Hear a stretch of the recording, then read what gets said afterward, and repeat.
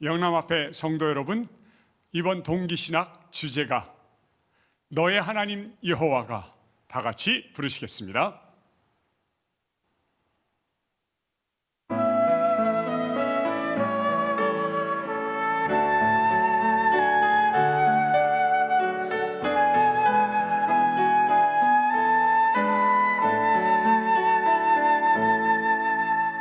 너의 하나님 여호와가 너의 가운데 계시니 그는 구원을 베푸실 전능자시라.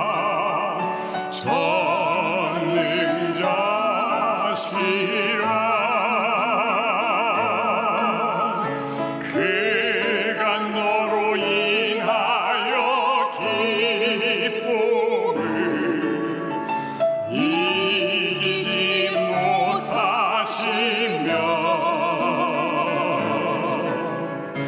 너를 잠잠히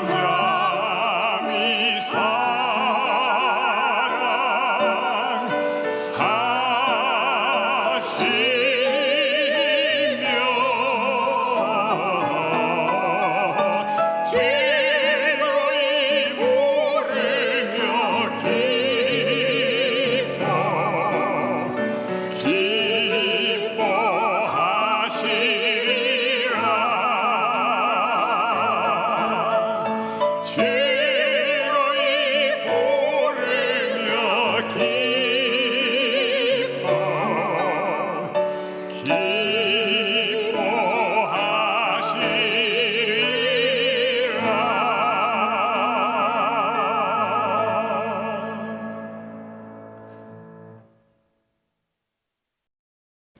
하늘에 계시는 거룩하신 아버지 하나님, 감사합니다. 우리 한자리에 모여서 기쁨을 나누며 하늘 떡으로 즐거워하는 시간을 가지는 것을 저희들 원하고 있지만은 지금 세상은 그러한 것을 하지 못하도록 하고 있습니다. 이 땅에 코로나가 속히 종식되어서 기쁨으로 성도의 교제를 나눌 수 있도록 주님께서 도와주시옵소서. 코로나로 인하여서 수많은 사람들이 두려움 가운데 살아가고 있습니다. 그런 가운데서도 우리들에게 하늘 양식으로 배부름을 얻고 코로나를 두려워하지 않고 말씀과 가까이 하지 못하는 것을 두려워하는 백성들로 살아갈 수 있도록 하여 주시기 위하여서 이렇게 비대면으로 남아 말씀의 잔치를 열어주시어 감사합니다. 세우신 주님의 귀한 종 김명호 목사님의 입술을 주의 성령께서 주관하여 주시사 오늘 우리에게 꼭 필요한 진리의 말씀을 증거하게 하시고 그 말씀이 우리들의 삶을 변화시켜 천국까지 저희들 발걸음이 이르도록 도와주시옵소서. 비록 한자리에 모이지는 못하였지만은 말씀을 사모하는 심령으로 말씀 앞에 무릎 꿇은 주의 백성들에게 복을 주시사 들려지는 말씀으로 여호와를 바르게 알아가는 시간 되게 하옵시고 하나님의 성전된 우리들이 어떻게 살아야 주님께서 살아가기를 원하는 삶인지 깨닫고 정말 주님의 백성들로 살아가는 은혜 다하여 주옵소서. 우리를 사랑하시되 끝까지 사랑하시고 말씀을 보내사 우리로 주님처럼 살아가게 하실 예수 그리스도의 이름으로 간절히 기도드리옵나이다. 아멘.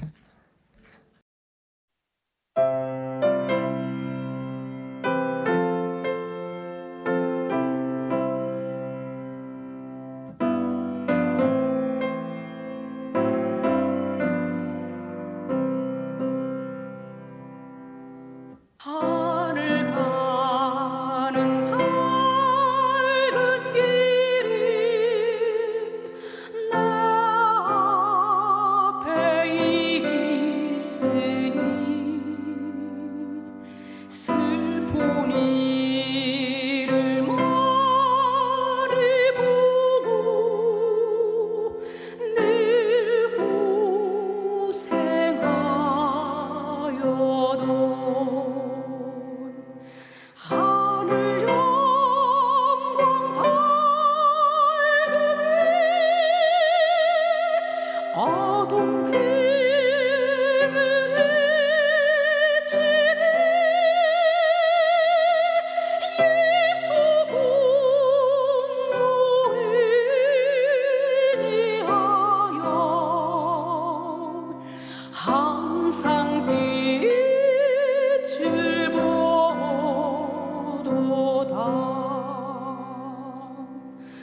내가 정성 바라보고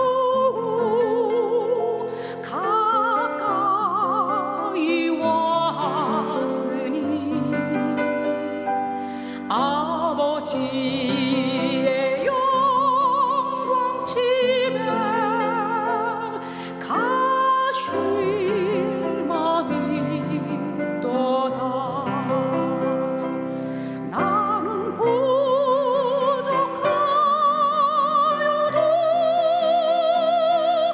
영접하실 터이니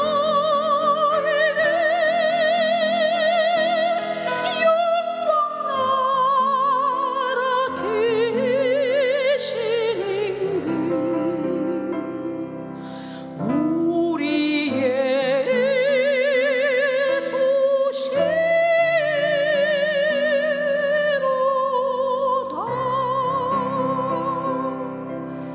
괴로울 때 주님의 얼굴 보라. 평화의 주님 바라보아라. 세상에서 시달린 친구들아, 위로의 주님 바라보아라. 눈을 들어 주를 보라. 네 모든 염려 주께 맡겨라. 슬플 때에 주님이 얼굴 보라. 사랑의 주님 안식 주리라. 힘이 없고 내 마음 연약할 때 능력의 주님 바라보아라. 주의 이름 부르는 모든 자는 힘주시면 늘 지켜주시리. 눈을 들어 주를 보라. 네 모든 염려 주께 맡겨라. 슬플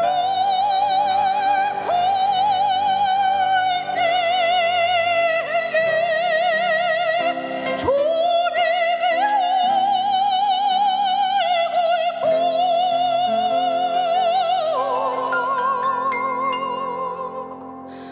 사랑의 주님 안식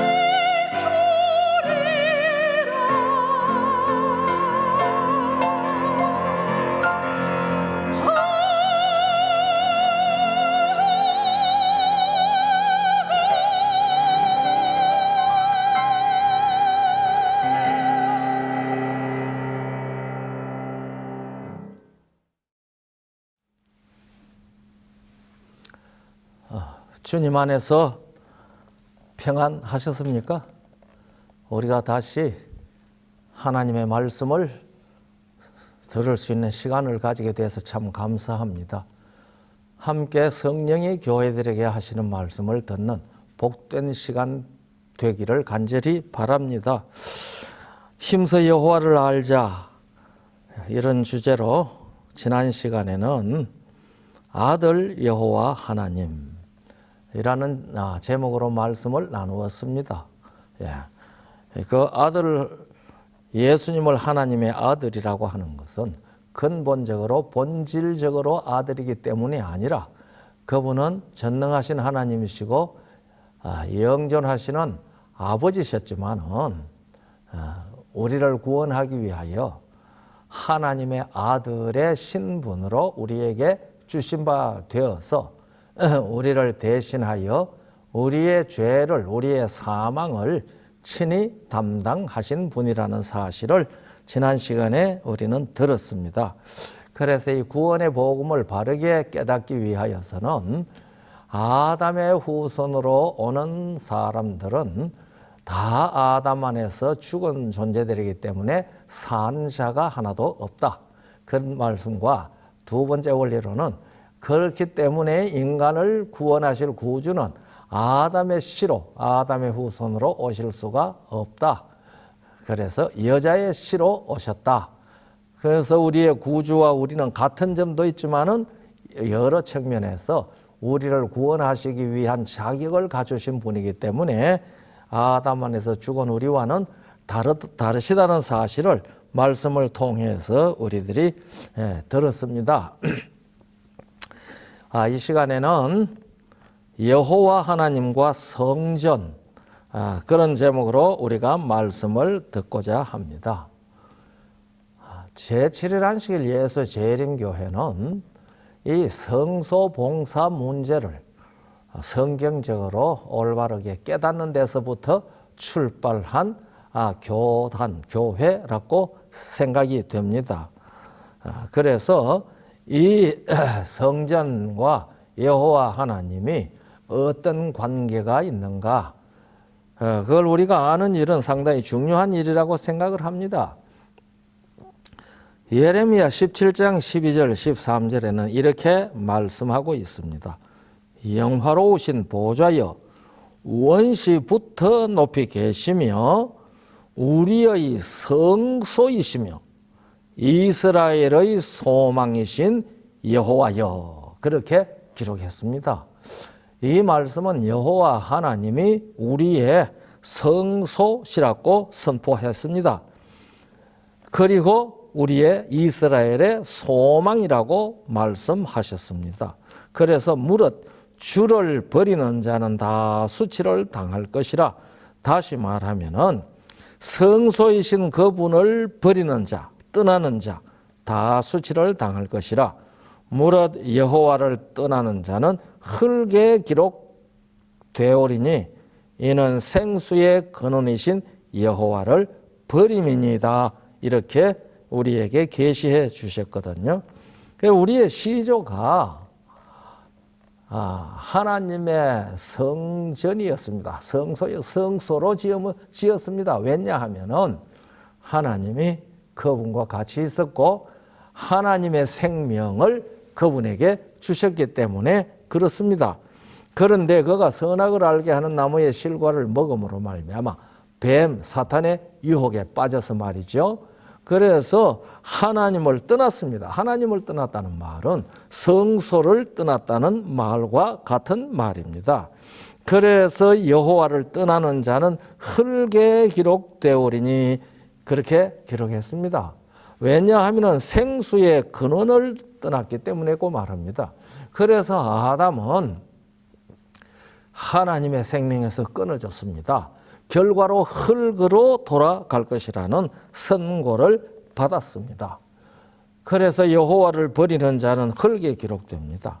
우리의 성소 되시는 하나님, 그 여호와 하나님을 우리가 성경이 계시한 대로 깨닫고 이해하는 것은 우리가 생수의 근원 되시는 여호와 하나님과 혈연관계, 생명관계를 끈적끈적하게 유지하는 그러한 일이라고, 믿음이라고 생각을 합니다. 이 성소라고 하는 것의 목적이 무엇인지 모세에게 성소를 지으라고 말씀하실 때에 내가 그들 중에 거할 성소를 그들을 시켜 나를 위하여 지으라고 말씀을 하셨습니다. 출애굽기 25장 8절에 있는 이 말씀은 아주 유명한 말씀이지요. 이 성소는 내가 그들 중에 거할 성소. 그러니까 여호와 하나님께서 그가 당신의 형상대로 지음을 받은 사람들과 함께 거하는 곳이 성소라는 사실을 이 말씀은 우리에게 가르쳐주고 있지 않습니까? 그래서 대대로 이 여호와 하나님께서는 우리의 원시부터 높이 계시며 우리의 성소시라는 말은 원시부터 태초부터 영원 전부터 그분은 우리가 그분 안에 거하는 그러한 존재, 하나님이 우리와 함께 계시는 그러한 분이시라는 사실을 이 말씀은 가르쳐 줍니다. 그래서 시편 90편 1절은 그렇게 말합니다. 이건 모세의 기도인데요. 주여, 주는 대대의 우리의 거처가 되셨나이다. 하나님께서 성소라고 하시는 것은 우리가 하나님과 함께 하는 것, 하나님이 우리와 함께 하신다는 사실을 나타내고 있습니다.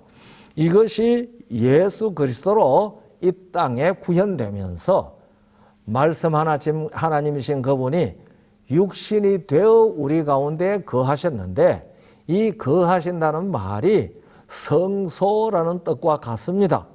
그래서 예수님이 육신이 되어서 우리 가운데 거하시는 것은 하나님이 우리와 함께 거하신다는 뜻입니다. 그래서 예수님께서는 그 이름이 임마누엘입니다. 마태복음 1장 23절에 이사야의 예언을 이용을 해서 분명히 말했지 않습니까? 얘는 임마누엘이라 하리라 하셨으니 얘는 하나님이 우리와 함께 계시다 함이라, 그런 뜻이라고 하지 않았습니까? 우리가 호세아 6장 7절을 읽어보면 아담은 하나님과 언약관계, 그 언약을 맺었는데 아담이 그 언약을 어겼다고 기록하고 있습니다. 그러니까 하나님께서 처음에 아담을 창조하실 때에 하나님과, 창조주 하나님 여호와 하나님과 아담 사이에는 이 생명의 언약이 있었던 것이죠. 그래서 톨레도트라는 말을 썼다고 두 번째 시간에서 제가 말씀을 드리지 않았습니까? 그래서 아담은 창조주 여호와 하나님과 존재와 생명 관계에 있어서 족보적 관계, 톨레도트의 관계를 가졌다는 사실을 창세기 2장 4절은 우리에게 보여주셨습니다. 계시로 나타내셨습니다. 그런데 그 부자관계의, 혈연관계의 언약을 어기고 나가버렸습니다. 그래서 흙에 기록되게 되었거든요. 그래서 여러분과 저는 아담 안에서 다 흙에 속한 자가 되었습니다. 그러나 예수 그리스도는 하늘에 속하신 분입니다. 그분이 오셔서 우리를 다시 흙에서 건져내어 하늘에 속한 자로 구원하시고 변화시키실 것입니다. 이것이 현실이 되는 것은 예수님께서 재림하실 때지요.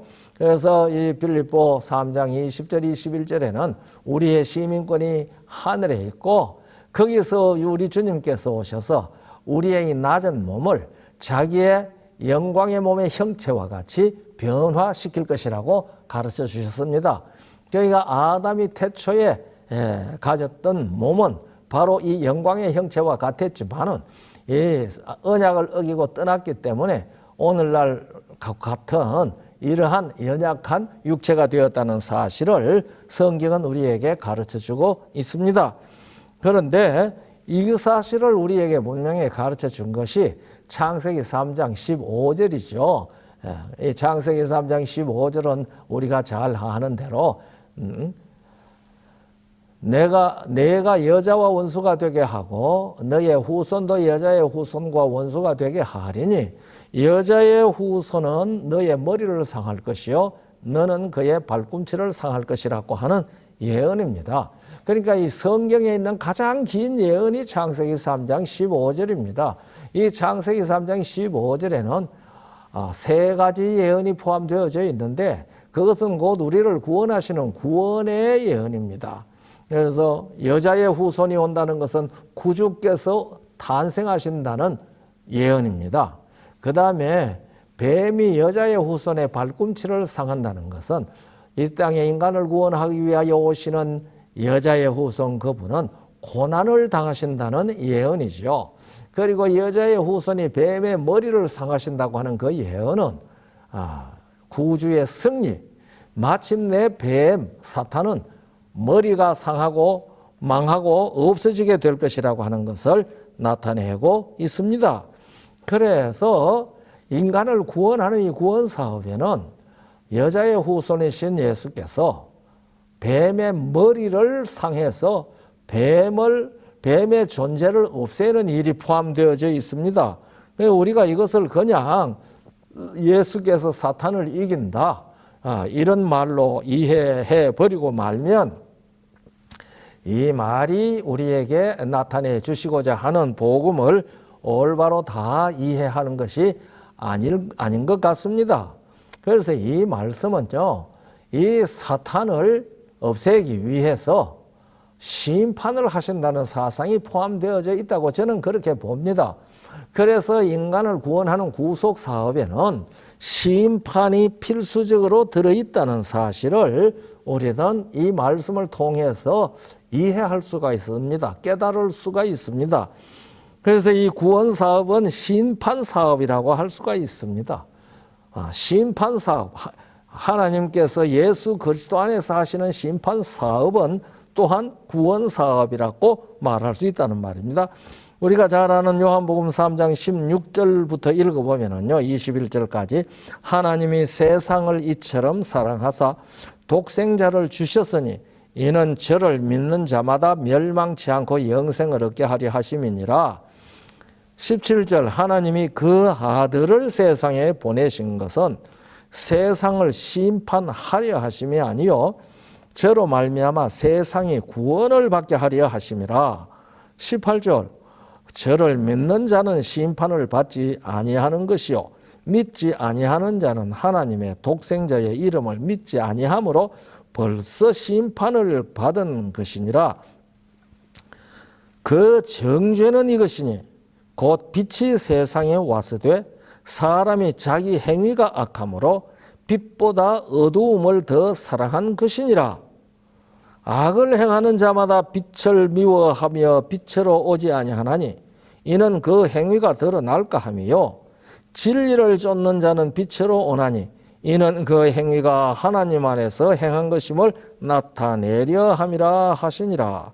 예수께서 세상을 심판으로 오신 것이 아니라고 분명히 말했지만은 복음은 그 안에 심판이 필연적으로 포함되어 있다는 것도 말씀하셨습니다.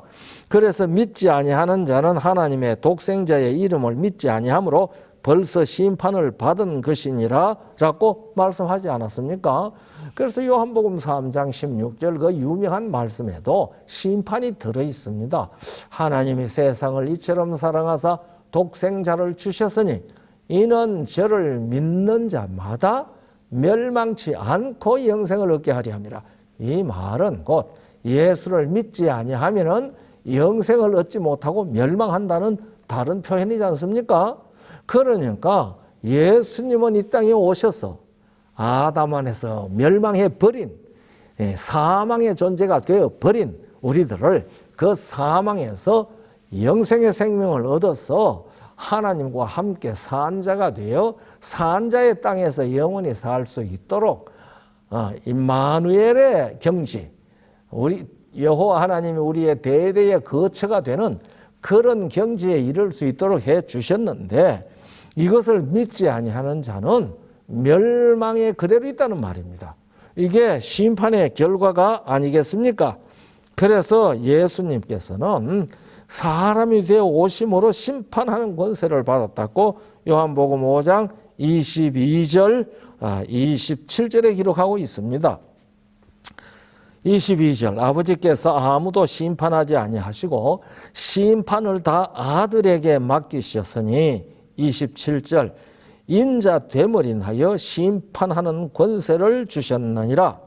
사람이 되신 예수님을 어떻게 받아들이느냐, 어떻게 믿느냐, 거절하느냐, 이것이 다 심판이 된다는 것을 나타내는 말씀입니다.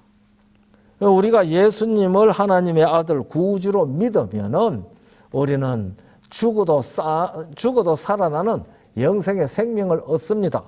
그러나 그를 구주로 믿지 아니하면 이 생명을 얻지 못하기 때문에 사망에 그냥 처해서 멸망하게 된다는 사실을 예수님께서는 이렇게 말씀을 하셨습니다.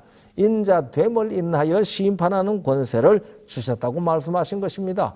물론 이 심판은 또한 심판의 때가 이를 때에 당신이 심판권을 행사하시는 것도 포함되어져 있는 말입니다. 창세기 3장에는 창세기 1장부터 3장까지는 성경의 구원의 복음의 내용을 다 함축하고 있다고 하는 것이 저의 깨달음입니다. 그래서 창세기 1장부터 3장까지 내용을 잘 이해하시면 성경의 구원의 복음을 잘 이해할 수 있다고 저는 그렇게 믿습니다. 그래서 창세기 1장은 창조 얘기가 기록되어 있죠. 창세기 2장은 사람이 하나님과 혈연 관계로 창조되었다는 것을 나타내 주시고 언약 관계에 있다는 사실을 보여주신 것입니다. 그런데 창세기 3장은 사탄이 뱀을 이용해서 사람으로 하여금 하나님과 언약을 맺은 언약 관계, 혈연 관계를 끊어버리는 그러한 이야기가 기록되어져 있죠. 그런데 하나님께서는 모든 것을 아십니다. 우리의 시조 아담과 그의 아내가 선악을 아는 나무의 실과를 먹었을 때에 하나님께서 찾아오십니다. 창세기 3장 18절로부터 보면은 그들이 날이 선언할 때에 동산에 거니시는 여호와 하나님의 음성을 듣고 아담과 그 아내가 여호와 하나님의 낯을 피하여 동산 나무 사이에 숨은지라. 9절 여호와 하나님이 아담을 부르시며 그에게 이르시되 네가 어디 있느냐? 가로되 내가 동산에서 하나님의 소리를 듣고 내가 벗었으므로 두려워하여 숨었나이다. 가라사대 누가 너의 벗었음을 네게 고하였느냐? 누가 고하였느냐? 그렇죠? 내가 너들을 먹지 말라 명한 그 나무 실과를 내가 먹었느냐? 아담이 가로되 하나님이 주셔서 나와 함께하게 하신 여자 그가 그 나무 실과를 내게 주므로 내가 먹었나이다. 여호와 하나님이 여자에게 이르시되 네가 어찌하여 이렇게 하였느냐? 여자가 가로되 뱀이 나를 꾀므로 내가 먹었나이다. 14절 여호와 하나님이 뱀에게 이르시되 네가 이렇게 하였으니 내가 모든 육축과 들의 모든 짐승보다 더욱 저주를 받아 배로 다니고 종신토록 흙을 먹을지니라. 내가 너로 여자와 원수가 되게 하고 너의 후손도 여자의 후손과 원수가 되게 하리니 여자의 후손은 내 머리를 상하게 할 것이요 너는 그의 발꿈치를 상하게 할 것이라 하시고 여자의 후손은 후손 제랍니다. 여자의 신은 내 머리를 상하게 할 것이요 너는 뱀은 사탄은 그의 발꿈치를 상하게 할 것이니라. 그렇게 하셨거든요. 여호와 하나님이 아담 부부가 선악을 알게 하는 나무의 실과를 먹었다는 사실을 모르셨을까요? 당연히 아시지요. 그래서 먹는 날에는 정령 죽으리라고 하신 그 말씀대로 여호와 하나님께서 그들을 방문하지 아니하면 그들은 죽고 존재를 상실하게 되고 말았을 것입니다. 그렇게 됐다면은 여러분과 저는 존재하지 않게 되었죠.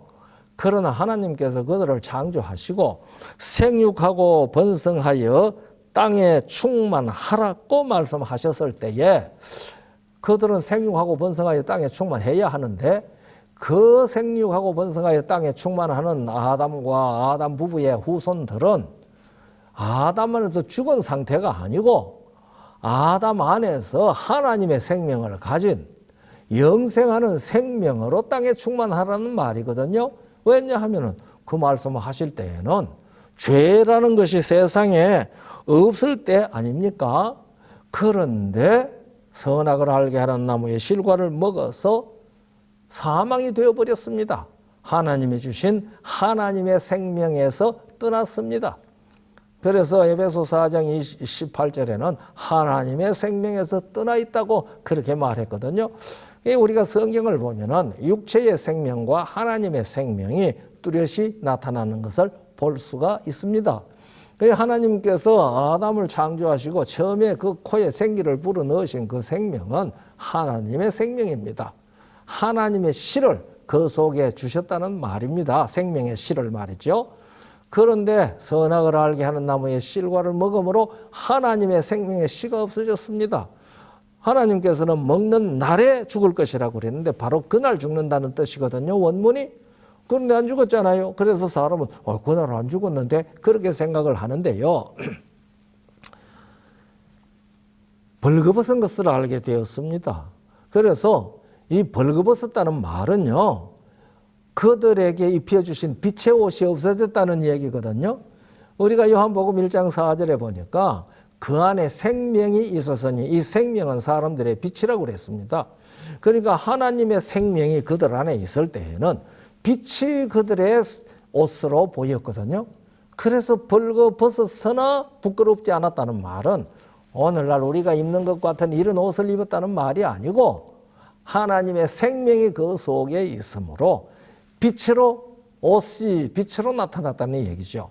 그런데 벌거벗은 것을 알았다는 것은 빛이 사라졌다는 얘기입니다.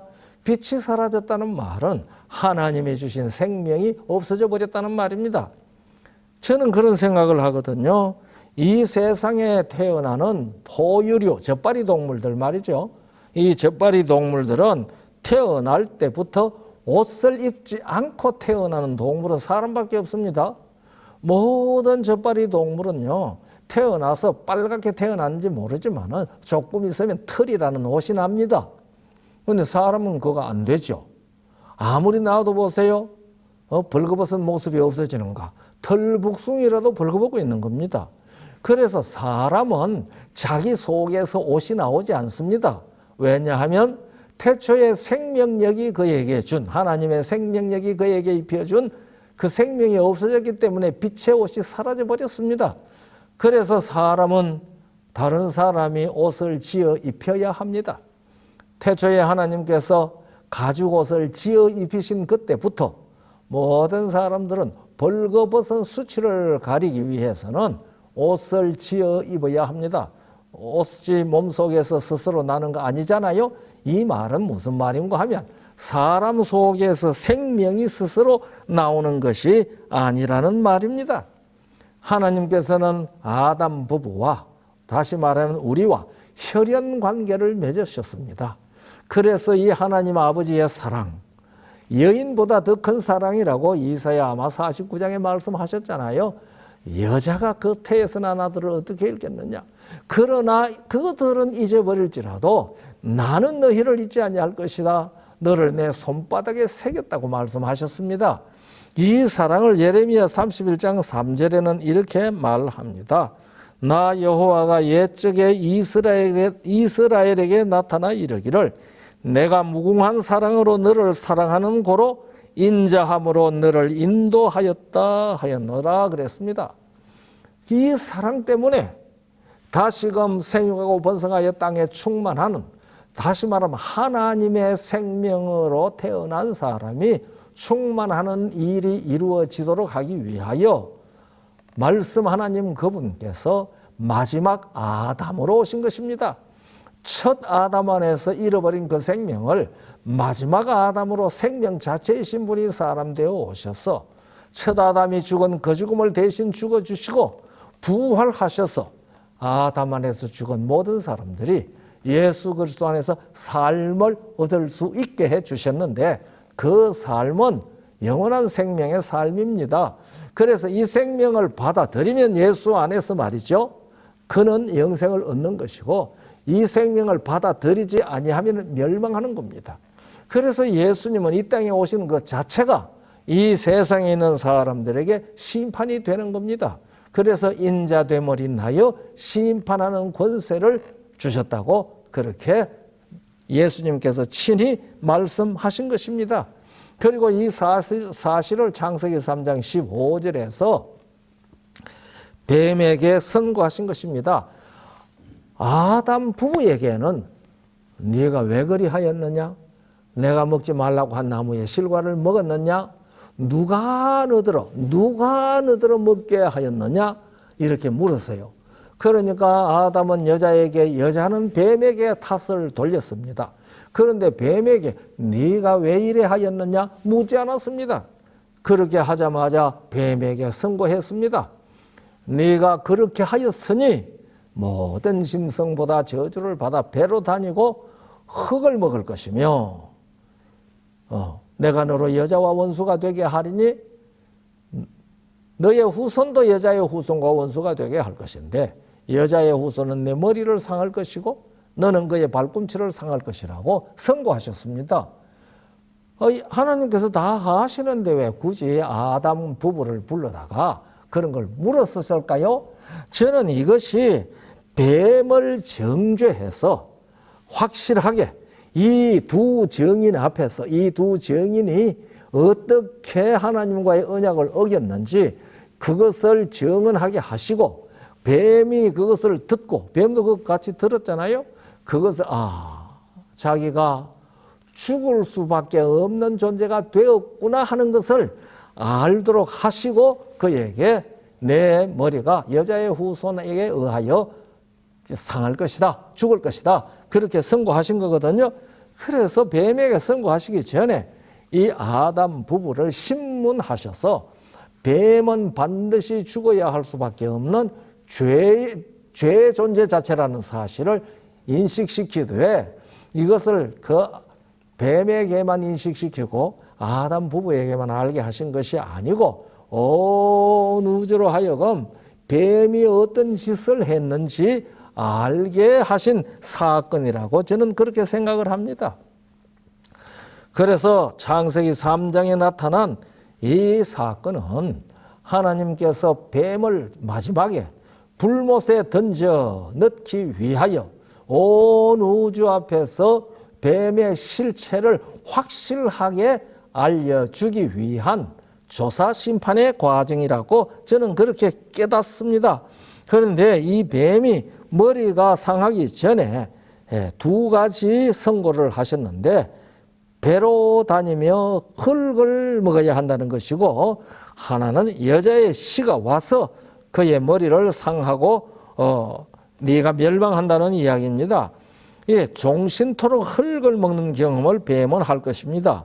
그런데 이 말은 상징적입니다. 사람들이 뱀이 흙을 안 먹는데 성경은 흙을 먹는다고 했으니 성경은 잘못 말했다 이렇게 얘기를 하는데요. 이것은 생물학적인 이야기고 성경의 이야기는 복음적 상징입니다. 그래서 뱀이 앞으로 먹어야 할 흙은 저주받은 땅입니다. 창세기 3장 10절에 아담에게 말씀하시잖아요. 땅이 너를 인하여 저주를 받는다고 했는데 그러니까 뱀은 저주받은 흙을 먹는다 그 말입니다. 그러니까 너는 저주를 받아 배로 기어 다니고 흙을 먹는다는 것은 저주의 저주를 경험하는 존재가 되었다. 그런 의미가 그 말씀 가운데 포함되었다고 저는 그렇게 깨닫고요. 그 다음에 땅은 너를 위하여 너를 인하여 땅이 저주를 받는다고 그랬는데요. 이 땅은 아다마입니다. 히브리 말로. 이 아다마라는 말은 아담이라는 말에서 나온 말입니다. 그래서 흙을 먹는다는 것은 저주의 저주를 여기 흙이라고 하는 것은 아파르라고 먼지를 먹고 산다는 흙먼지를 먹고 산다는 그런 뜻이 되는데 저주를 먹고 산다는 뜻이 되는 것이죠. 그리고 또 거기에는 흙으로 만든 사람을 먹을 것이라는 의미도 숨어 있다고 생각합니다. 왜냐하면 하나님께서 너는 흙이라 흙으로 돌아가리라 그렇게 19절에 창세기 3장 19절에 말했지 않습니까? 그래서 너는 앞으로 뱀에게 먹히는 존재가 될 수 있다. 그것을 가르쳐 준 것이죠.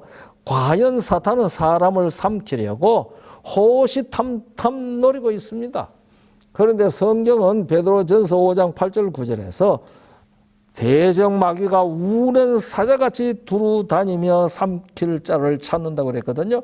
그래서 이건 호랑이 호자 호시탐탐이 아니고 사자 사자 사시탐탐입니다.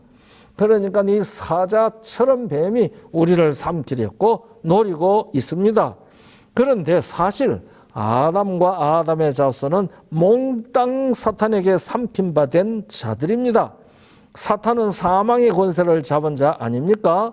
그런 거로 사망에 삼킨 자들이 되었다는 말입니다. 우리 사람들은 우리가 히브리 2장 14절에 보면은 마귀는 사망의 권세를 잡은 자라고 기록하고 있습니다. 그래서 이 심판의 끝, 뱀이 그 머리를 여자의 후손에게 상하게 될 때에 우리들은 사망을 이기는 생명을 얻게 될 것입니다. 그래서 마지막 심판의 끝은 사망이 생명에게 삼키는 것이 될 것입니다. 그런데 고린도 후서 5장 4절은 바로 그렇게 얘기를 했고, 고린도전서 15장 54절은 이김이 사망을 삼킨다고 그렇게 말했습니다. 여러분, 자녀가 나쁜 놈한테 잡혀가가지고 지금 죽을 고생을 하고 있는데 부모가 그 나쁜 놈을 응징할 능력이 있다고 하면은요, 그냥 두고 보겠습니까? 그런 능력이 스스로에게 없어도 능력 있는 사람에게 부탁을 해서라도 그를 끌어내려고 하지 않겠습니까? 그렇거든 하물며 우리의 아버지이신 하나님께서 우리와 혈연 관계라고 선포하신 아버지 하나님께서 가만히 두고 보겠습니까? 그렇기 때문에 자기 형상대로 창조하신 하나님의 아들, 그렇죠? 누가복음 3장 23절로부터 38절까지 기록되어 있는 대로 그 이상은 아담이요 그 이상은 하나님이라, 이 톨레도트 족보로 혈연 관계가 있다는 사실을 선포하시는 하나님이 반드시 그 아들을 사망의 세력에서 건져내어 생명의 나라로 옮겨주시려고 하지 않겠습니까? 그 일을 위해서 하나님께서는 뱀을 완전히 죽어 없어지게 하실 것인데, 뱀을 완전히 제거하기 위해서 뱀 자신과 온 우주가 납득할 수 있는 조치를 하시는 것이 사랑의 아버지 공평하신 하나님께서 당연히 하실 일이라고 생각을 합니다. 그러니까 우주가 오해할 여지를 없애려는 것이죠. 온 우주 세계에 천사들뿐만 아니라 하나님의 형상대로 지음을 받은 우리와 같은 사람들이 우주 세계에 살고 있는 것 여러분들 다 아시지요? 잘 모르시겠거든 에베소 4장 14절 15절을 보십시오. 하나님께서 말씀하신 것입니다. 하나님께서 하늘과 땅에 있는 각 족속에게 이름을 주셨다고 그랬거든요. 그러니까 땅에 있는 각 족속도 있고 하늘에도 각 족속이 있다는 사실을 에베소 3장 14절 15절이 우리에게 가르쳐주고 있습니다. 그리고 이것이 욥기와 히브리서에 그 설명을 또 해주는 구절들도 있죠. 그러니까 이것은 이 땅의 사단의 사망의 세력에게 사망할 수밖에 없는 자가 된 하나님의 생명의 아들들, 원래는 생명의 아들들이지만 이제는 사단에게 잡혀가서 사망할 수밖에 없는 존재가 된 이 아들들을 구원하시는 일이 정당하고 합당하다는 사실을 온 우주 앞에 설명해 주시는 하나님의 사랑과 자비의 배려입니다. 하나님께서 그렇게 굳이 설명 안 하셔도 누가 무슨 소리 하겠습니까? 성경에 있는 대로 토기가 토기장이한테 왜 나 이렇게 못난 토기로 만들었느냐? 그 소리 할 수 없는 것처럼, 그거는 토기장의 뜻인 것처럼 하나님께서 사람을 죽은 자 가운데서 살려고 사단을 죽여버리는데 나는 창조주로서 그렇게 할 권리가 있다? 이렇게 말씀하실 수도 있지요. 그렇다고 누가 무슨 소리 하겠습니까? 속으로 두려워하겠죠. 아이고, 하나님 무섭다. 조금만 잘못하고 자기 뜻을 거역하고 떠나려고 하니까 없애버리네? 이런 생각을 할 수 있지 않겠습니까? 그런데 이것은 우주를 통치하시는 여호와 하나님, 사랑의 하나님의 뜻이 아니거든요. 그래서 온 우주가 하나님의 하시는 구원 사업이 사랑이라고 하는 사실을 잘 나타내 주는 것이 이 심판 사업입니다.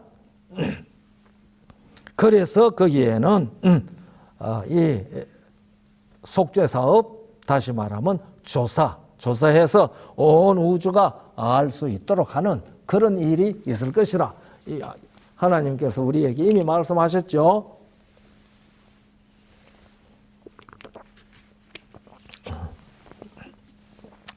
그래서 이 구원 사업은 심판 사업이 동반된다 그 말씀이거든요.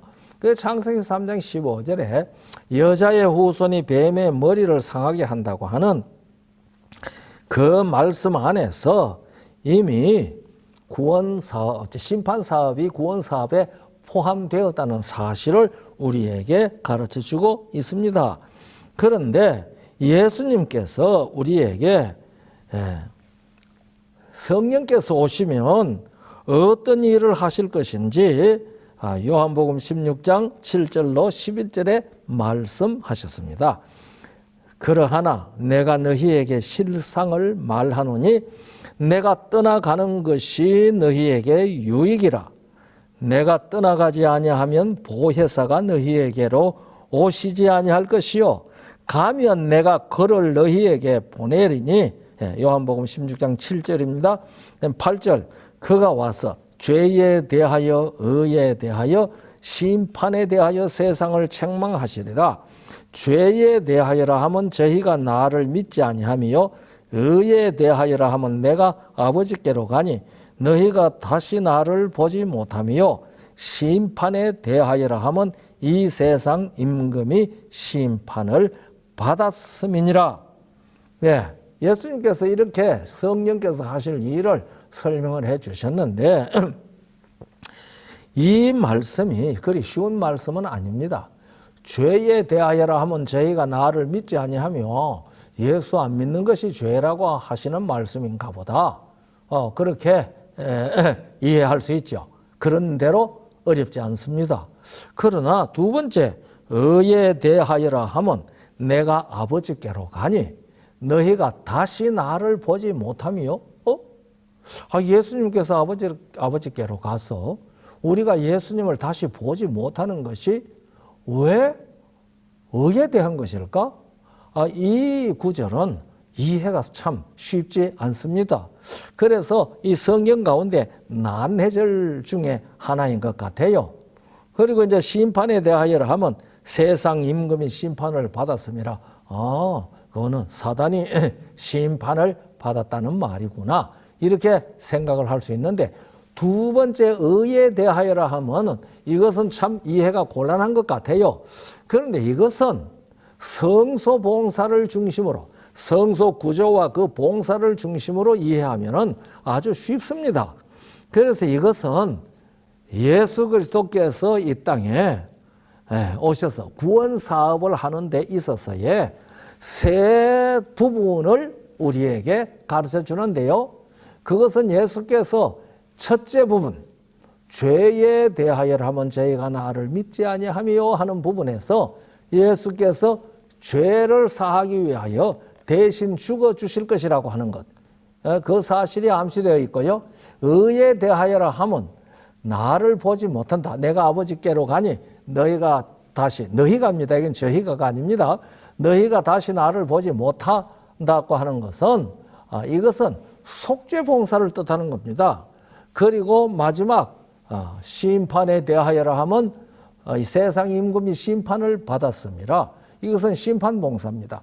그러니까 구원 봉사에는 이 희생 봉사와 속죄 봉사와 심판 봉사가 다 있다는 사실을 가르쳐 주는데 이것은 창세기 3장 15절을 통하여서 이미 우리에게 가르쳐 주신 내용인데요. 그래서 이 성소는 세 부분으로 되어 있지 않습니까? 마당, 뜰, 그리고 둘째 부분은 성소 척한, 그 다음에 셋째 부분은 지성소입니다. 성소의 둘째 칸이잖아요. 그래서 이 마당에서는 희생 짐승이 죄인 대신에 피를 흘립니다. 그리고 그 피가 제사장에 의해서 성소 안으로 옮겨져서 휘장 앞에 뿌려집니다. 그리고 지성소는 1년에 속죄 1회 대제사장이 들어가서 1차 봉사하는데 그것은 바로 심판 봉사입니다. 그래서 이 성령께서 오셔서 세상에 하실 일은 너희들이 예수 그리스도를 믿지 아니하면은 죄인이다. 그러니까 이 땅에 십자가에서 희생하신 예수님을 꼭 믿어라. 이것이 뜰의 봉사, 희생 봉사입니다. 그런데 그 피를 받아가지고 성소 안에 들어가서 피를 뿌리고 그 다음에 피를 바르고 그렇게 하는 것은 그 피를 예수 믿는 사람들에게 적용시키는 속죄 봉사입니다. 그리고 마지막 지성소 봉사는 이 피를 자기에게 적용시킨 사람과 자기에게 적용을 제대로 시키지 아니하는 사람을 심판을 하는 일을 통해서 사단이 전교되어 그 머리를 상하게 하는 최후의 봉사입니다. 그래서 이 봉사가 끝남으로 말미암아 구원 사업이 완결되는 것입니다. 그래서 이 성소가 세 부분으로 되어 있는 것은 예수 그리스도께서 우리를 구원하시는 구원의 봉사가 세 부분으로 이루어진다는 것을 우리에게 나타내 주는 것입니다. 뜰에서 하는 희생봉사, 성소에서 하는 속죄봉사, 지성소에서 하는 심판봉사입니다. 그런데 이제 이러면은 말을 하지요. 성소에 안 들어가고 번제단 뿔에 피를 바르고 사방에 뿌리는 일을 통해서도 속죄봉사를 하는데요. 그렇게 말하죠. 이 말씀 맞습니다. 그런데 그렇게 속죄봉사를 하는 짐승의 고기는 제사장이 먹어야 합니다. 그리고 그 피를 성소 안에 가지고 가서 뿌린 짐승의 고기는 제사장이 먹으면 안 됩니다. 우리가 레위기 10장 17절 18절을 읽어보면은 거기에 그렇게 기록되어 있습니다. 이것은 너희들이 먹어서 백성의 죄를 담당해야 하는데 왜 너희들이 먹지 아니하였느냐 하고 그 모세가 아론과 죽지 않고 남아있는 두 아들에게 나무래는 말이 기록되어져 있습니다. 그 말 가운데 그 희생의 제물을 너희들이 먹는 일로 너희가 죄를 담당해야 된다. 그렇게 기록되어 있고요. 6장, 레위기 6장에는 읽어보면은 성소에 가지고 들어간 고기는 너희가 먹지 못한다. 그렇게 기록되어져 있습니다. 이것은 무슨 이유인가 하면은 성소와 예수 제사장의 몸, 이것은 다 예수 그리스도를 표상하는 것이기 때문에 예수님께서 두 번 동일한 죄를 두 번 담당하시지 않는다는 사실을 나타내주고 있는 것입니다. 그래서 이 성소 봉사에는 예수께서 인간을 구원하기 위한 이러한 세 단계의 속죄 봉사가 있다는 사실을 우리에게 가르쳐 주는데요. 예수 그리스도께서 뜰에서 피를 흘리는 것만으로 속죄가 이루어지지 않죠. 그것을 제사장이 먹든지 가지고 성소 안에 들어가서 피를 뿌리든지 꼭 해야 됩니다. 그 일을 하는 자는 제사장입니다. 그래서 제사장이 그 일을 하지 아니하면 속죄가 선언되지 않습니다. 그래서 그 레위기 4장을 쭉 읽어보면은 제사장이 그렇게 봉사하고 나와서 너희의 죄를 사하면 사함을 받으리라 그렇게 되어 있거든요. 이 성경은 이렇게 가르치고 있습니다. 예수님께서 우리의 죄를 속죄하는 그 문제에 대해서 로마서 8장 33절 34절에 말하고 있습니다.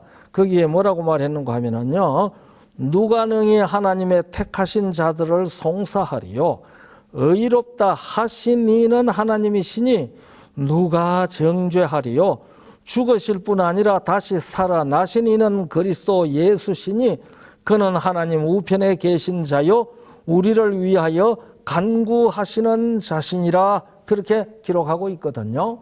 그러니까 예수 그리스도께서 이 땅에서 당신이 희생하신 그 희생의 보혈을 가지고 하늘에 올라가셔서 하나님 우편에 계시면서 우리를 위하여 중보 사업을 하시고 예수 그리스도의 중보 사업 하시는 그 일을 통하여 하나님께서 우리를 의롭다고 선언하실 때 우리는 완전한 속죄를 입게 되는 것입니다.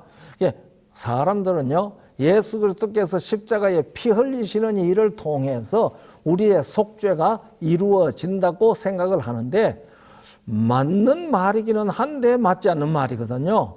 왜냐하면은 고린도전서 15장 17절부터 보면은 만일 예수께서 다시 사신 것이 없으면 너희가 여전히 죄 가운데 있다고 분명히 그렇게 선언을 했습니다.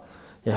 그리고 너희 믿음도 헛되고 너희가 여전히 죄 가운데 있을 것이요. 그리스도 안에서 잠자는 자도 망하였다고 그렇게 말했습니다. 그러니까 예수님께서 십자가에 죽으시는 것만 가지고 거기에서 피를 흘리신 것만 가지고 우리의 죄가 완전히 속죄되는 것이 아니라는 사실을 고린도전서 15장 17절부터 19절까지 우리에게 분명히 밝혀주고 있습니다. 그래서 우리의 죄가 속죄됐다는 것을 확인하는 것은 예수 그리스도께서 부활하신 것이거든요. 그러니까 이 짐승의 피를 가지고 성소 안에 들어가든지 그렇지 않으면 그 짐승의 고기를 먹든지 하는 제사장은 부활하신 예수님을 표상합니다. 왜냐하면 예수님께서 부활하지 아니하셨으면은 이 세상의 대제사장의 기능을 직분을 행하실 수가 없습니다. 히브리서 8장 4절에 예수께서 땅에 계셨다면은 제사장이 되지 아니하셨을 것이라. 이는 이 땅에서 율법을 따라서 섬기는 제사장들이 있기 때문이라고 그렇게 말했습니다. 그래서 예수님께서는 제사장으로서 속죄 봉사를 하기 위하여서는 반드시 부활하시고 그리고 십자가에 희생하신 그 희생 봉사의 피를 가지시고 하늘 성소에 가셔서 하나님 앞에서 봉사하셔야 돼. 제사장으로서 속죄 봉사를 하셔야 된다는 것을 이 성소 제도는 우리에게 가르쳐 주고 있습니다. 그래서 우리들을 다 부르셨는데 우리를 부르신 이유를 베드로는 베드로전서 1장 2절에서 이렇게 말합니다. 곧 하나님 아버지의 미리 아심을 따라 성령의 거룩하게 하심으로 순종함과 예수 그리스도의 핏뿌림을 얻기 위하여 택하심을 입은 자들에게 편지하노니 은혜와 평강이 너희에게 더욱 많을지어다. 예수 그리스도께서 당신의 피를 예수 믿는 모든 사람들에게 뿌리시는 일을 하신다는 것이 베드로전서 1장 2절의 내용입니다. 그러니까 우리가 예수 그리스도를 믿고 예수의 보혈을 찬송하고 예수님이 십자가에서 피 흘리신 것에 대해서 우리가 이야기하는 것은 그 예수 그리스도의 피 흘리심이 예수님께서 성천하셔서 하나님 보호자의 우편에 앉으시고 거기에서 그를 믿고 나오는 모든 사람들에게 그 피를 적용하는 것을 핏뿌림을 얻기 위한 것이라고 그렇게 얘기를 했습니다. 그리고 히브리 12장 24절에도 아벨의 피보다 더 낫게 말하는 뿌린 피니라고 기록했습니다. 그래서 여러분과 제가 예수 그리스도께서 하늘로 올라가셔서 아버지께로 가셔서 그의 흘리신 보혈을, 이건 물론 다 상징입니다. 실제로 그 피를 가지고 우리한테 뿌린다는 뜻은 아니잖아요. 그의 흘린 보혈을 예수를 믿는 모든 사람들에게 개인적으로 적용해 주실 때에 우리가 하나님께서 의롭다고 선포하는 속죄의 경험에 이르게 된다는 것을 성경 자체가 우리에게 이와 같이 설명해 주고 있습니다. 그러므로 말미암아 우리가 산자의 하나님이신 그분과 함께 산자의 땅에서 영원한 생명으로 행복하게 살 것입니다. 예수 그리스도의 이 속죄의 보혈이 우리에게 적용되는 그 일은 그분이 제사장 봉사를 함으로 그 일이 이루어지는 겁니다. 이것을 내가 아버지께로 가니 너희가 다시 나를 보지 못함이요라고 하시는 말씀으로 표현해 주신 것이거든요. 너희 죄에 대하여라 하면 저희가, 요새 개정판에는 그들이 그렇게 말했고, 의에 대하여라 하면 너희가 그렇게 말했습니다. 이것은 예수를 믿는 사람들에 대한 이야기입니다. 예수를 믿으니까 예수 그리스도께서 그 보혈을 우리에게 적용시켜 주시고 하나님께서는 그 사실에 의해서 우리를 의롭다고 선언해 주시는 것입니다. 이런 일을 통해서 여러분과 제가 예수 그리스도를 믿음으로 말미암아 하나님께서 의롭다고 하는 하나님의 의에 참여하게 되는 것입니다. 이 모든 봉사가 끝났을 때에 예수 그리스도께서는 이제 사람들로 하여금 범죄케 한 장본인인 사탄, 그러니까 속죄함을 받은 사람들의 모든 회개를, 다시 말하면 정은이죠, 그것을 사단에게 적용시킵니다. 아담 부부에게 누가 그렇게 하였느냐고 물으신 것처럼 모든 그리스도인들에게 누가 너희로 하여금 죄를 짓게 해서 나와 관계를 끊게 했느냐, 그것을 물으시는 거지요. 그리고 사탄이 그렇게 했다는 증언을 들으시고 온 우주 앞에 아들의 보혈을 믿는 이 사람들을 구원하는 것은 합당하고 의로운 일이라는 사실을 선포하십니다. 그리고 그렇게 한 이 사탄은 온 우주에서 존재를 상실해야 된다는 사실을 공포하시죠. 그래서 그는 불 속에 들어가게 될 것입니다.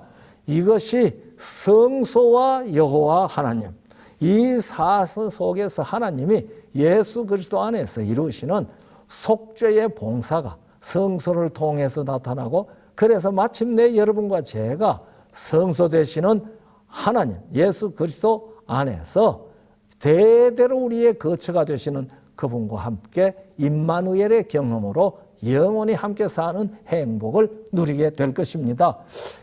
그리 쉽지 아니하는 내용인데 여러분들께서 잘 이해하셨기를 바라고, 성령께서 우리에게 지혜와 명철을 주셔서 오늘 강론한 내용을 다 잘 이해되도록 복 주시기를 간절히 바랍니다. 대단히 감사합니다. 감사합니다.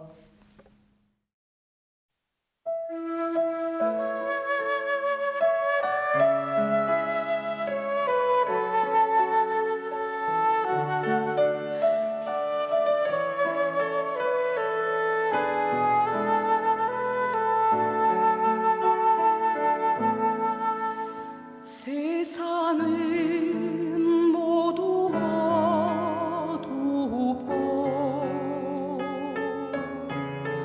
빛은 사라져 갈 때 실로암 못다에서 주님 씻으라 말씀했네.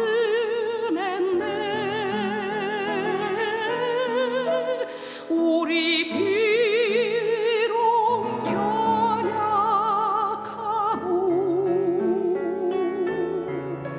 가진 것 전혀 없어도 세상에 빛 되신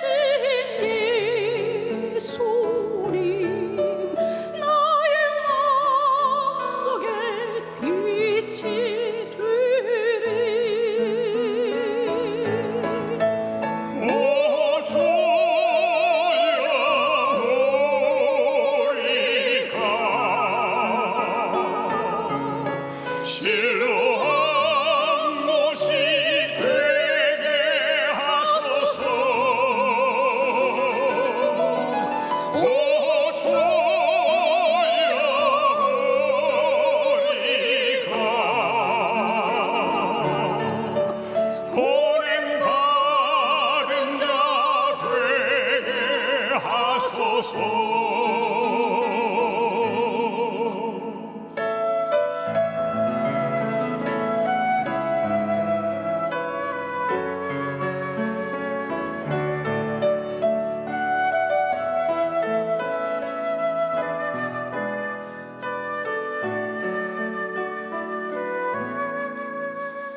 때는 아직 낮이지만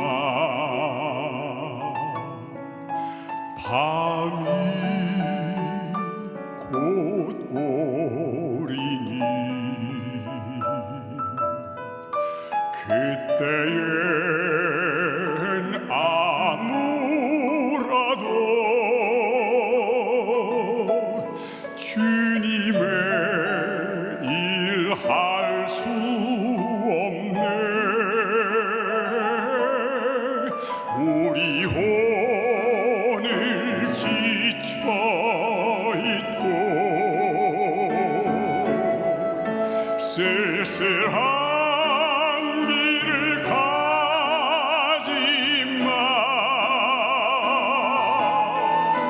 세상에 힘 대신 예수님 나의 마음속에 힘이 되리. 오 주여